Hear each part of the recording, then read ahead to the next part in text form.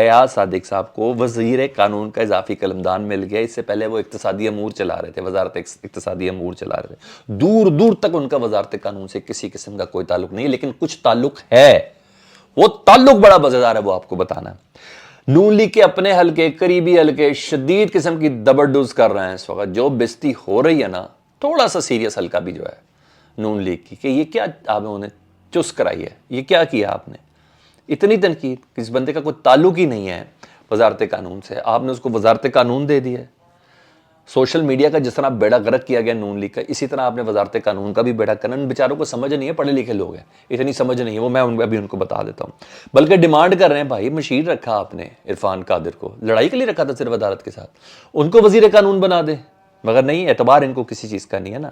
Important وزارت ہے وزارت قانون, بہت امپورٹنٹ وزارت ہے.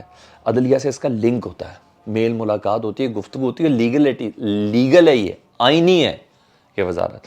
تو ظاہری بات ہے, بہت سی ڈیلز کرنی ہے, بہت سے این آر اوز لینے ہیں, تو ڈیفینیٹلی یہ اعتبار کسی پہ نہیں کرتے, اور انہوں نے یہ کام تو کرنا ہی کرنا ہے. تو اس لیے اپنا گھر کا ہی بندہ انہوں نے وزارت قانون میں رکھا. تو میرے پڑھے لکھے نون لیگ کے جو حلقے ہیں, جو اس کو بہت تنقید کرتے ہیں, تنقید نہ کریں, یہ بڑا مزیدار کام ہے. شکر کریں, اتنا بڑا رسک لے لیے, کوئی شریف آدمی نہیں رکھا, یعنی کہ جس کا سر نیم شریف ہے اس کو انہوں نے وزیر قانون نہیں رکھا. دوسرا جی, عمران خان صاحب کا توشہ خانہ کا ریفرنس, جس میں جیسے بھی الیکشن کمیشن نے ان کو نال کی, اس طرح کا ایک ریفرنس تھا. اعظم سباتی صاحب نے ایز اے سینیٹر وہ بھیجا ہوا تھا صادق سنجرانی چیئرمین سینٹ کے پاس, کہ آپ نے یوسف رضا گیلانی کی نااہلی دائر کرنے کا ریفرنس آپ نے الیکشن کمیشن میں بھیجنا ہے. ٹھیک ہے, ان کے خلاف 2 گاڑیاں انہوں نے ہم شخص یوسف رضا گیلانی کے اوپر الزام ہے, بغیر نیب کا کیس ہے پورا ان کے اوپر, کہ انہوں نے 2 گاڑیاں دی ہیں اپنے قریبی دوستوں کو یا قریبی جاننے والوں کو, میں بھی نام نہیں لینا چاہتا ان کا. اچھا, 2 گاڑیاں دی ہے جی, تو دائر کیا تھا, تو چیئرمین سینٹ نے آج اس ریفرنس کو بھجوانے سے انکار کر دیا. چیئرمین سینٹ صادق سنجرانی صاحب نے انکار کر دیا ہے.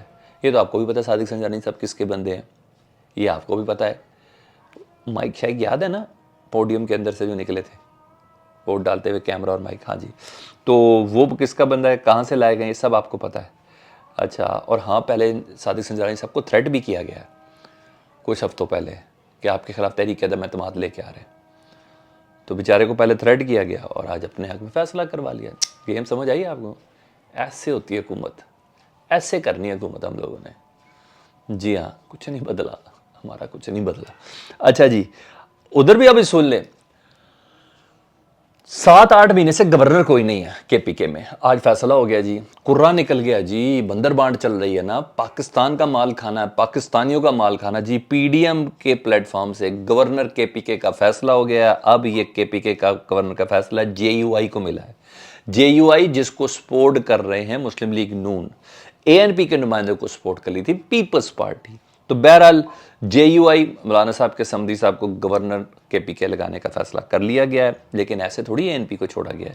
اے این پی کو مرکز میں کوئی بڑی وزارت ملنے والی ہے, یا جے یو آئی کو وزارت چھوڑے گی, اور تاکہ وفاق میں اے این پی کو ایک حصہ مل جائے, ایک لیگل پورٹ فولیو مل جائے. تو یہ سارا کام ہو گیا. تو میں نے کہا یہ خبر بھی بتا دوں, مگر ابھی 2-3 ارشد بھائی سے متعلق بھی کچھ خبر ہے. بالآخر جی انکوائری کمیشن بنانے کا فیصلہ کر لیا, وہ بھی رانگ بنایا ہے جی, بالکل کراس بنایا انہوں نے. 3 رکنی انکوائری کمیشن ہے جس کے سربراہ بنا گئے ہیں ریٹائرڈ جج ہیں عبدالشکور پراچا صاحب. ڈیمانڈ یہ تھی فیملی کی تھی کہ حاضر سروس جج ہوں, لیکن ابھی عبدالشکور پراچا صاحب کی اس میں ایک بنا دیا گیا, اور وفاقی کابینہ اس کی منظوری دے گی. فیملی کی ڈیمانڈ تھی حاضر سروس جج اس کی انکوائری کرے, لیکن یہ اپنی مرضی سے کرنا چاہ رہے ہیں. اب عبدالشکور پراچا صاحب جو جسٹس ریٹائرڈ ہیں جج ہیں, وہ باقی 2 رکن کا اپنی مرضی سے چوز کریں گے اس انکوائری کمیشن میں. تو ارشد شریف کیس کے حوالے سے میں نے کہا یہ بات آپ کو بتا دوں. باقی صدف نعیم مرحومہ جب ڈیوٹی کے دوران شہید ہوئی, ان سے متعلق بقاعدہ ایک کمپین تو چل رہی ہے نا, اور پھر خونی مارچ کہہ کے پیڈ کانٹینٹ بھی چلایا جا رہا ہے پورا, جس پہ پیمرا کے حوالے سے پی ٹی اے نے درخواست بھی دے دی ہے کہ ہمارا پرامن مارچ ہے, اور اس کو باقاعدہ طور پر پیڈ کانٹینٹ کے ساتھ اشتہار کے ذریعے خونی مارچ کہہ کے چلایا جا رہا ہے سارے ٹی وی اسکرین پر اشتہاروں کے ساتھ. اور جیو اس میں بہت ٹاپ آف دی لسٹ ہے, اور جیو اس کو باقاعدہ زبردست طریقے سے چلا رہا ہے. تو بہرحال صدر نعیم صاحب پر پنجاب حکومت نے فیکٹ فائنڈنگ کمیٹی بنا دی تاکہ پتہ چل سکے یہ حادثہ پیش کیسے آیا. جو اطلاعات جو ہیں, جو کہا جا رہا ہے کہ زبردستی سائن کروا لیے, یہ ہو گیا, کسی نے دھکا دیا, یا جو کچھ بھی ہوا, اس پہ ایماندارانہ طور پر ایک فیکٹ فائنڈنگ کمیٹی بنا دی گئی ہے، افسران ہوں گے اور یہ کریں گے. اور کیونکہ میڈیا پہ کمپین صدف کے حوالے سے پورا مریم بی بی نے پلیس کی ہوئی ہے، تو مریم بی بی جیسے چلا رہی ہیں تو چلا رہی ہیں. خونی مارچ کے اشتہار بھی پیڈ کانٹینٹ کی شکل میں چلائے جا رہے ہیں. اور آخر میں وہ خبر جس سے متعلق میں نے آپ کو بتانا تھا وہ تھا پیمرا میں درخواست دے دی ہے. بہرحال پی ٹی آئی نے درخواست دے دی ہے. ریڈ زون کو باقاعدہ طور پر، میں نے کل خبر دی تھی، آج باقاعدہ طور پر نوٹیفیکیشن ہو گیا، توسیع ہو گئی ہے اس کی. نہ صرف توسیع ہوئی ہے، اس کو 0 پوائنٹ تک اس کی توسیع کر دی گئی ہے. اور ایف سی رینجرز پولیس باقاعدہ طور پر مشقیں کر رہی ہیں پورے اسلام آباد کو بند کرنے کے حوالے سے اور پی ٹی آئی سے نپٹنے کے حوالے سے. عوام کا کروڑوں کا پیسہ ریگولر لگ رہا ہے ان مشقوں کے اوپر، ہمارے ٹیکس کا پیسہ ریگولر لگ رہا ہے ان کے اوپر. اور جب عمران خان نے کہہ دیا میں نے آنا ہی نہیں ہے ریڈ زون، میں نے جانا ہی نہیں ہے اس طرف، عدالت کے فیصلے کے مطابق کروں گا، ہر چیز جہاں کہیں گی وہاں کروں گا، اس کے باوجود یہ تمام چیزیں ہو رہی ہی ہیں. تو یہ اس مارچ کو کوئی کوئک مارچ بنانے کے پلان میں ہے. چینل کا بہت زیادہ خیال رکھیے گا. دیکھ رہے ہیں اور سبسکرائب نہیں کیا تو چینل سبسکرائب کر دیں، اس کے لیے بٹن دبا دیں. اللہم صلی علی محمد و آل محمد.